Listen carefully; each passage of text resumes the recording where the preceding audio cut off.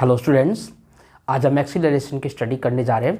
Acceleration एक ऐसी physical quantity है जो कि वेक्टर है और हमें ये बताती है कि पर सेकंड किसी मूविंग ऑब्जेक्ट की वेलोसिटी में कितना चेंजेस आ रहा है। तो ये चीज़ हमें एक्सीलरेशन से पता चलती है। एक्सीलरेशन पॉजिटिव भी हो सकती है, नेगेटिव भी हो सकती है और जीरो भी हो सकती है।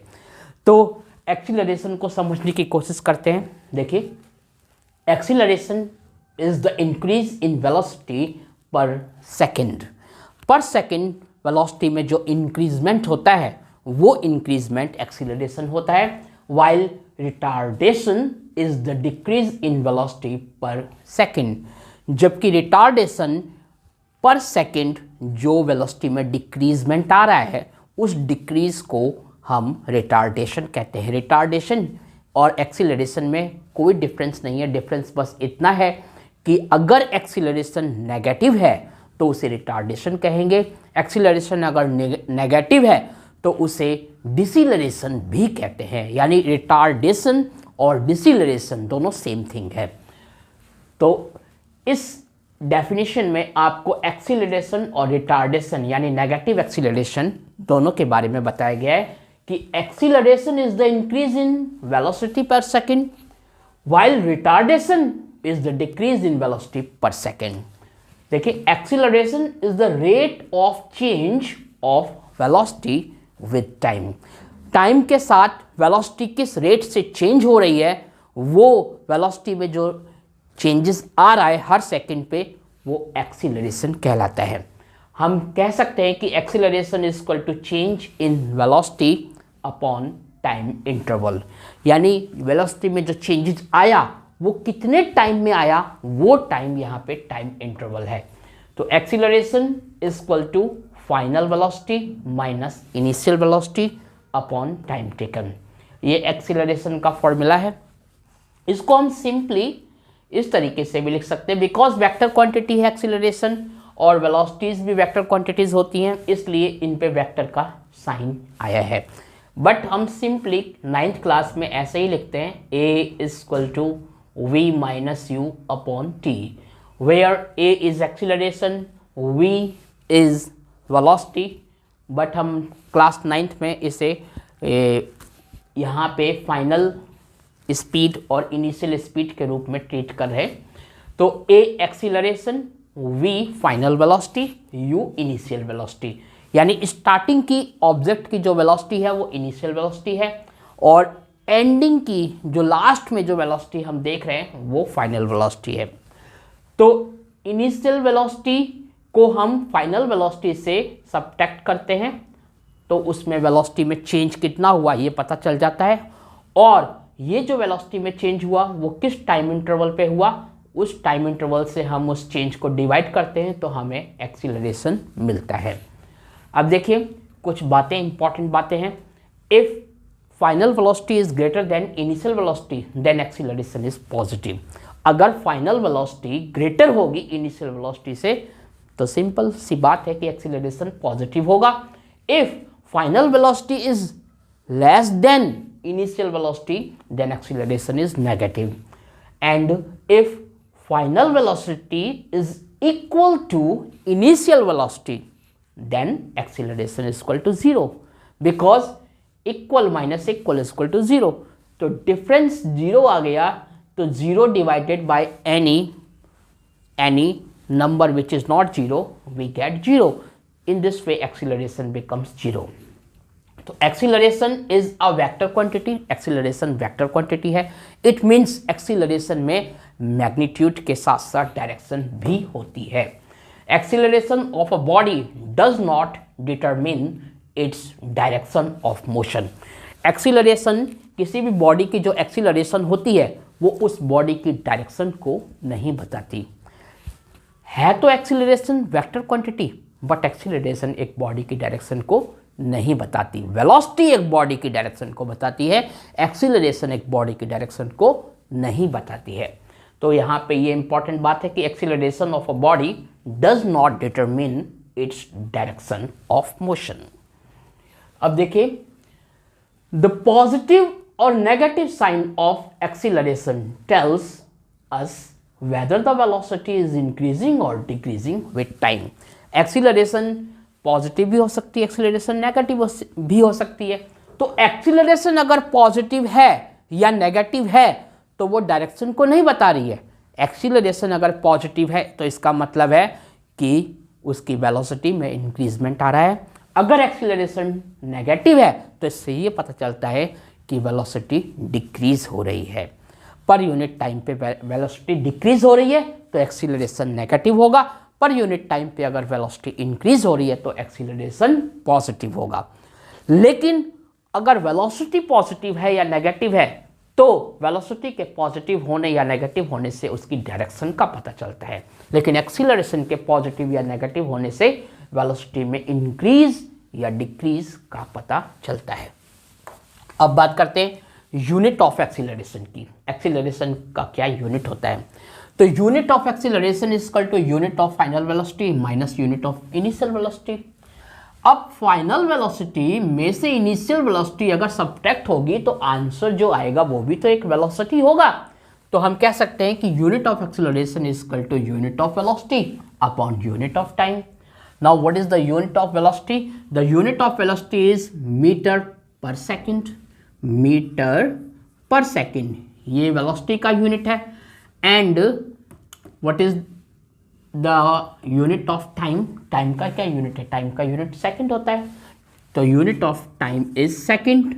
सेकंड को हम यहाँ पे एस लिखते हैं। एस मीन्स एस की पावर 1। तो मीटर पर सेकंड ये किसका यूनिट है? वेलोसिटी का। और टाइम का यूनिट हो गया सेकंड। सेकंड की पावर 1 है। अब ये सेकंड अगर ऊपर जाएगा तो मीटर पर सेकंड ये आ गया किसका? एक्सीलरेशन का यूनिट। अब देखिए यहाँ पे बेस सेकंड है, ये बेस सेकंड है। तो बेस अगर सेकंड है, दोनों मतलब बेस सेम है, तो उसकी पावर क्या होगी? पावर ऐड होगी, क्योंकि ये सेकंड वाला बेस है जो वो मल्टीप्लाई में है। तो हम इसको लिखेंगे metre per second square. This is the unit of acceleration. इसको हम दूसरे तरीके से ऐसे भी लिख सकते हैं, मीटर पर सेकंड स्क्वायर। ये भी दोनों को रीड करने का एक ही प्रोसेस है, metre per second square, but लिखने के ये दो डिफरेंट वेज हैं। तो metre per second square is the unit of acceleration. Acceleration का यूनिट है मीटर पर सेकंड स्क्वायर। अब देखिए यूनिफॉर्म एक्सीलरेशन क्या होती है? What is uniform acceleration? The acceleration is said to be uniform. एक एक्सीलरेशन को यूनिफॉर्म या कांस्टेंट एक्सीलरेशन कहते हैं when equal changes in velocity take place in equal intervals of time। अगर equal intervals of time में velocity में equal changes आ रहे हैं तो हम उस एक्सीलरेशन को यूनिफॉर्म एक्सीलरेशन या कांस्टेंट एक्सीलरेशन कहते हैं। Free fall of a body is an example of uniformly accelerated motion. Uniformly accelerated motion का एक बेस्ट एग्जांपल है फ्रीली फॉलिंग बॉडी। कोई भी बॉडी अगर फ्रीली फॉलिंग पोजीशन में है तो वो यूनिफॉर्मली एक्सीलरेटेड हो रही है, क्योंकि उसकी पर यूनिट टाइम पे जो इंक्रीजमेंट हो रही है वेलोसिटी की वो एकदम इक्वल इंक्रीजमेंट हो रही है। That's why freely falling of a body is the example of uniformly accelerated motion. अब देखिए वेरिएबल एक्सीलरेशन क्या होता है? वेरिएबल एक्सीलरेशन मतलब पर सेकंड में अगर वेलोसिटी डिफरेंट तरीके से चेंजेस हो रही है तो वो वेरिएबल एक्सीलरेशन है। यहाँ पे बोला गया if change in velocity is not same in the same intervals of time. Same intervals of time में अगर वेलोसिटी में जो चेंजेस हो रहा है वो सेम चेंजेस नहीं हो रहा, वो एकदम इक्वल चेंजेस नहीं हो रहा, तो हम कहते हैं कि एक्सीलरेशन वेरिएबल है। अब देखिए acceleration due to gravity. Acceleration को तो हम ए से रिप्रेजेंट करते हैं, लेकिन एक acceleration due to gravity, gravity के कारण जो एक्सीलरेशन जनरेट होता है उस एक्सीलरेशन को हम स्मॉल लेटर, इंग्लिश अल्फ़ाबेट का स्मॉल लेटर जी से रिप्रेजेंट करते हैं। तो g means acceleration due to gravity. Acceleration due to gravity, gravity के कारण जो एक्सीलरेशन होता है उस एक्सीलरेशन को स्मॉल लेटर g से रिप्रेजेंट किया जाता है। तो देखिए, when a body falls freely under gravity, जब एक बॉडी एक ग्रेविटी के तहत, एक ग्रेविटी के कारण फ्रीली फॉल पोजीशन में आती है, when a body falls freely under gravity the acceleration produced in the body due to earth's gravitational attraction, तो उस बॉडी में क्या होता है, अर्थ की ग्रेविटेशनल अट्रैक्शन के कारण एक एक्सीलरेशन प्रोड्यूस्ड होता है। उस बॉडी में अर्थ की ग्रेविटेशनल अट्रैक्शन या ग्रेविटेशनल पावर के कारण एक, यहां पावर का मतलब मेरा अट्रैक्शन से ही है कि अर्थ एक ग्रेविटेशनल पावर से मतलब है कि ग्रेविटेशनल फोर्स से अट्रैक्ट कर रही है किसी चीज को, तो उसके कारण फ्रीली फॉलिंग बॉडी जो एक्सीलरेट होती है, तो उसमें जो एक्सीलरेशन क्रिएट होता है, उस एक्सीलरेशन को यहां पे एक्सीलरेशन ड्यू टू ग्रेविटी कहा जाता है। तो आपको ये बताया गया कि when a body falls freely under gravity the acceleration produced in the body due to the earth's gravitational attraction is called acceleration due to gravity. अब एक्सीलरेशन ड्यू टू ग्रेविटी के बारे में कुछ इंपॉर्टेंट बातें हैं, वो आप सभी बच्चों को ध्यान से याद करनी चाहिए, हमेशा माइंड में रखनी चाहिए, क्योंकि ये बहुत इंपॉर्टेंट बातें हैं। तो first thing, when a body falls down, when a body falls down freely, जब बॉडी फ्रीली क्या है, नीचे की ओर गिर रही है, जब बॉडी फ्रीली नीचे की ओर गिर रही है, तो उसकी जो वेलोसिटी है उसमें इंक्रीजमेंट आता है। बिकॉज वेलोसिटी उसकी इंक्रीज होती है, तो जो एक्सीलरेशन है जब फ्रीली फॉलिंग ऑब्जेक्ट की, वो पॉजिटिव होती है। अब सेकंड बात है, if a body moves vertically upwards, अगर बॉडी को सीधा ऊपर फेंका जाए, वर्टिकली अपवर्ड्स फेंका जाए, तो उस बॉडी की हर सेकंड वेलोसिटी डिक्रीज होने लगती है, हर सेकंड उस बॉडी की वेलोसिटी में डिक्रीजमेंट आता है। अब बिकॉज उस बॉडी की वेलोसिटी में डिक्रीजमेंट आता है, that's why the acceleration due to gravity is negative in this case. तो इस केस में acceleration due to gravity negative होती है। और थर्ड बात है, when a body is dropped freely, जब बॉडी को हम फ्रीली ड्रॉप कर देते हैं तो उसकी इनिशियल वेलोसिटी 0 होगी। When a body is thrown vertically upwards, जब एक बॉडी को सीधा ऊपर फेंका जाएगा तो उसकी जो फाइनल वेलोसिटी है वो 0 हो जाएगी। अब एक बात और इंपॉर्टेंट, सपोज कीजिए एक बॉडी ने इस बेस से ऊपर तक गया, कोई हमने यहाँ से कोई पत्थर फेंका, यहाँ तक इस पत्थर ने डिस्टेंस कवर की, फिर वापस यहाँ पे जब इसकी वेलोसिटी फाइनल वेलोसिटी 0 हो गई, फिर ये वापस नीचे फॉल करना स्टार्ट करता है। तो जब ये वापस नीचे आया, ठीक है, एक बार ऊपर गया, तो ऊपर जाने में जितना टाइम लगा उतना ही टाइम उस ऑब्जेक्ट को नीचे आने में भी लगेगा। तो यहाँ पे बताया गया है कि time taken by an object to cover a particular height is equal to time taken by the same object to cover that particular height in downward direction. यानी ऊपर जाने में ऑब्जेक्ट को जितना टाइम लगेगा एक पर्टिकुलर हाइट को achieve करने में, उतना ही टाइम उस हाइट से वापस उस अपनी इनिशियल पोजीशन में आने में ऑब्जेक्ट को लगेगा। नेक्स्ट इंपॉर्टेंट बात है, the average value of acceleration due to gravity. Acceleration due to gravity की जो एवरेज वैल्यू है वो 9.8 मीटर पर सेकेंड स्क्वायर होती है। 9.8 metre per second square is the average value of acceleration due to gravity.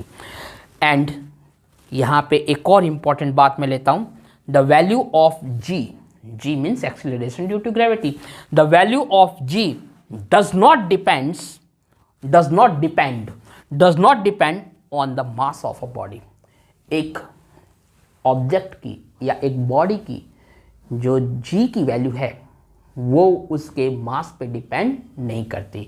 यानी जी कहने का मतलब है एक्सीलरेशन ड्यू टू ग्रेविटी किसी भी ऑब्जेक्ट के मास पे डिपेंड नहीं करती। अगर एक ऐसा प्लेस या एक ऐसा रूम बना लिया जाए जो एकदम एयरलेस हो, जिसमें एयर बिल्कुल भी ना हो, यानी वैक्यूम प्लेस हमने बना लिया है।